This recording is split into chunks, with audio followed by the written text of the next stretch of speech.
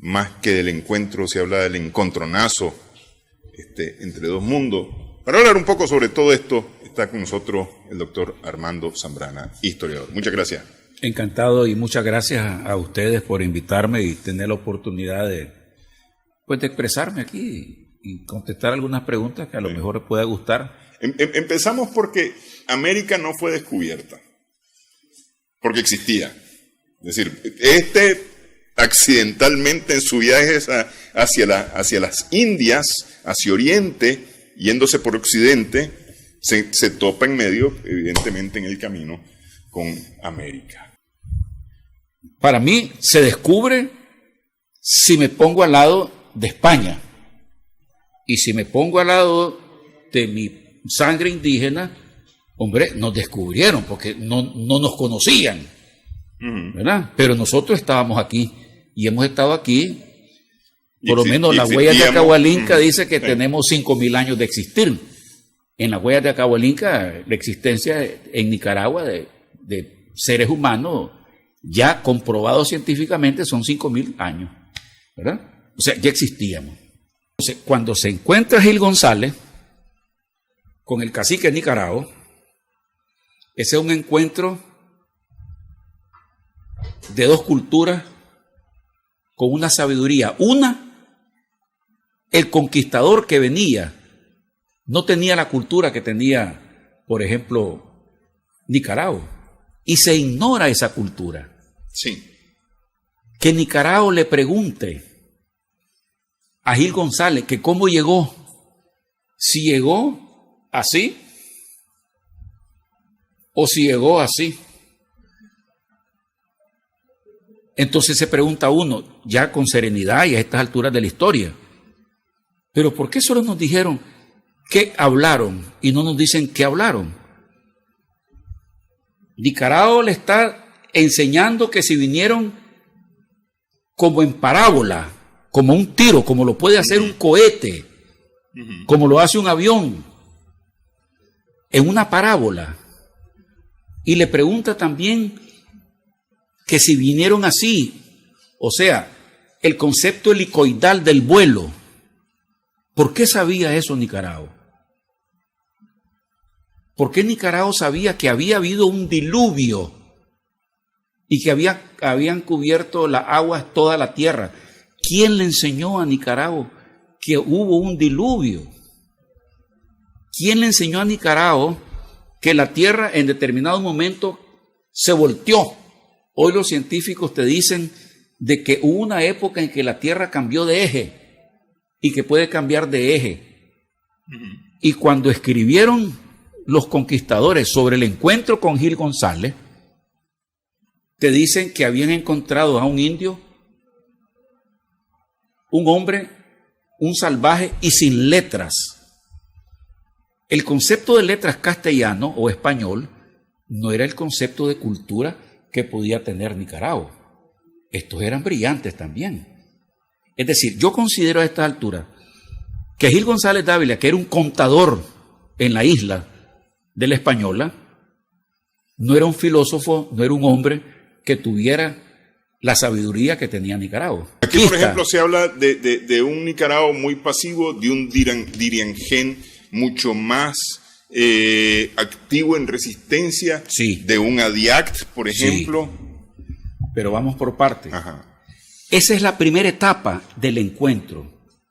Después vienen otros españoles, ¿verdad?, que es con Pedraria Dávila, muchos años después, y comienza ya la eliminación de los indígenas. Es la repartición, la creación de focos, de entregarle a cada español un pueblo. Esa repartición, la encomienda. Una encomienda, sí. Los encomenderos comenzaron a explotar. Se vuelve sangrienta la colonia. ¿Cuándo? ¿En qué momento se vuelve sangrienta? Gil González viene en una expedición. Y se va. Es una expedición que pasa. Al otro le arrancan la cabeza. ¿Quiénes quedan? Pedraria Dávila. Cruel. El que a los caciques que no le obedecían les echaban miel y los ponían en unos hormigueros horrorosos Y ahí los 4 días las hormigas se los habían comido. Les tiraban perros para que los echaban. Sí, y para que se los comieran los perros. Eso era cruel, porque los aquí dejaban 3 días los perros sin comer. ¿Cómo se llamaban aquí? Los chuchos, ¿no? Los chuchos eran los que habían los aquí. Perros, sí. Zulos, que eran los perros mudos. No, pero eso es lo que se servía de comida. Sí. Ellos trajeron perros que aquí les ponían un collar con púas, ¿verdad? Para que los tigres o cualquier otro animal, cuando los agarran del cuello, los soltaran, porque se iban a... Esos fueron los perros que fueron importantísimos para la conquista y matar a los indígenas. Además de los caballos. En Santo Domingo, en Dominicana. Sí. Sí, el poder del caballo, el poder de la espada, a los indios los partían, con un solo espadazo los partían en 2, o les arrancaban la cabeza. Y los mosquetes. Fue tan cruel la que hicieron esos españoles, porque no puede decir los españoles, porque había un montón de españoles que no se metieron en nada. Esos que vinieron aquí fueron tan crueles, muchos de ellos, porque tampoco todos los que vinieron no eran crueles, eran tan crueles. Ese grupo, que en las narraciones que las puede leer en la famosa colección Somoza, las narraciones que están en Sevilla, en Sevilla, en el archivo de Sevilla, de India, en Chichigalpa, 100 indios cargando. Como sobraban indios, no había necesidad siquiera de decirle, bajar la carga. Les cortaban la cabeza para que cayera la carga y otro indio la levantaba y se lo ponía. Así de sencillo. Resistencia. Fue una resistencia muy particular. Ok, vamos a hacer la pausa y hablamos acerca de la resistencia. Regresamos en breve en Adelante Nicaragua.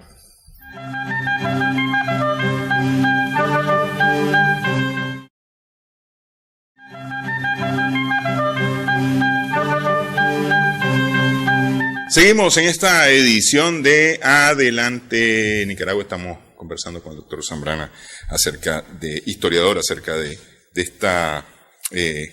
estos últimos 527 años, desde 1492, 517 desde 1502, y unos años menos desde las primeras expediciones ya en territorio nicaragüense.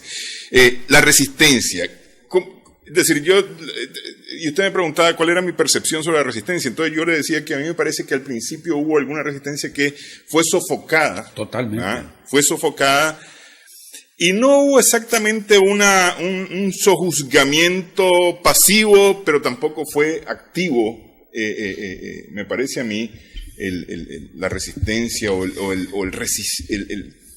parársele al conquistador. Es decir, tenemos la huelga de los vientres, por ejemplo, que eso es importante. Sí. Eso es importante.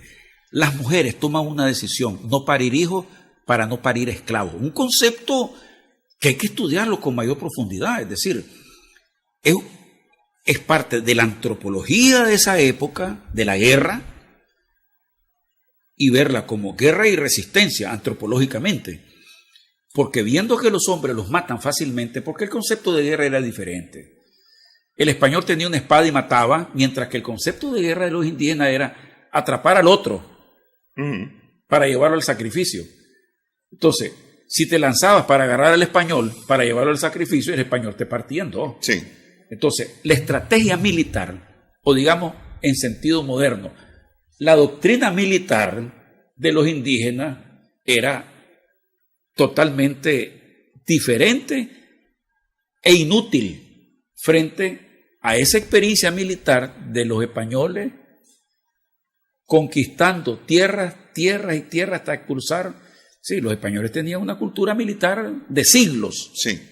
Y sin piedad también. Y además una cultura militar, despiadada. Despiadada, es decir, para poder terminar con el otro. Aniquilamiento. Exactamente. Sí. El indígena no. Eso fue una desventaja total. Entonces, ¿y dónde queda tal lugar? Bueno, le dice uno a otro en España, agarrás un camino y seguir recto buscando las minas y vas a encontrar miles de huesos a un lado y al otro. Esa es la ruta. ¿De quiénes eran esos huesos? De los que morían en los caminos, les cortaban la cabeza. Y esa era una seña de ruta. Donde hubiera tantos huesos, esa es la ruta de las minas.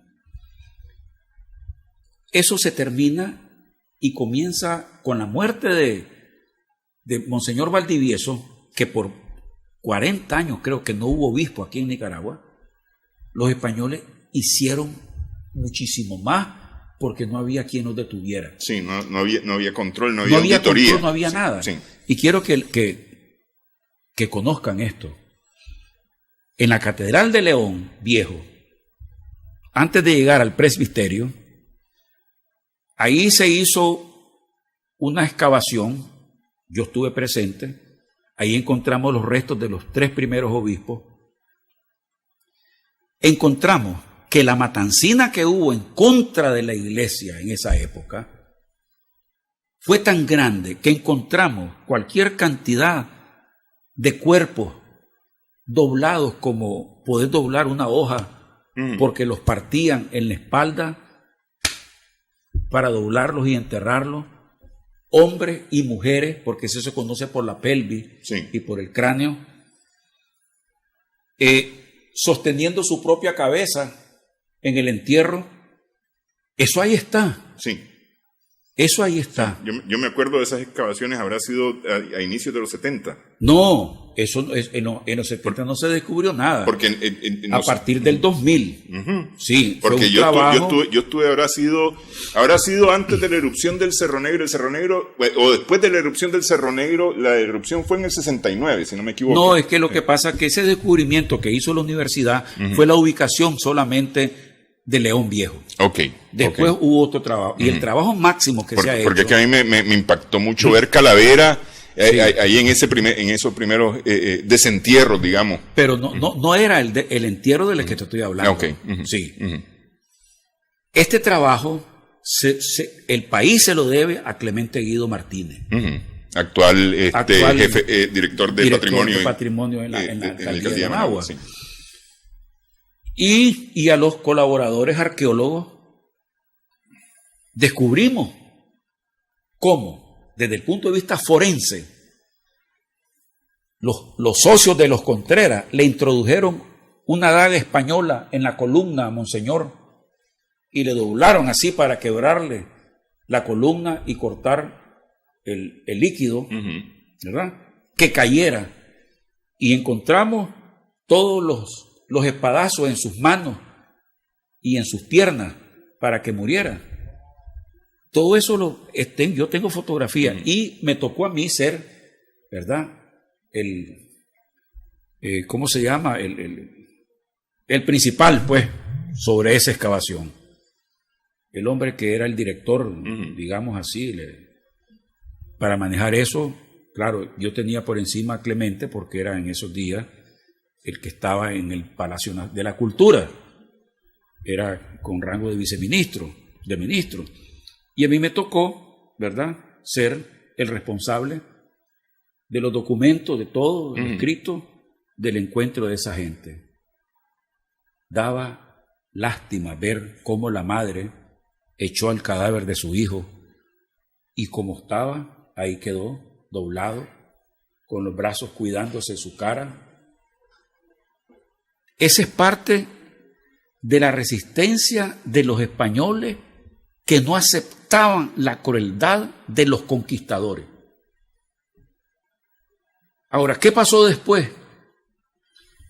Ya para 1600, digamos, siglo XVII, ya hay la paz colonial. Estos pueblos eran pueblos abandonados.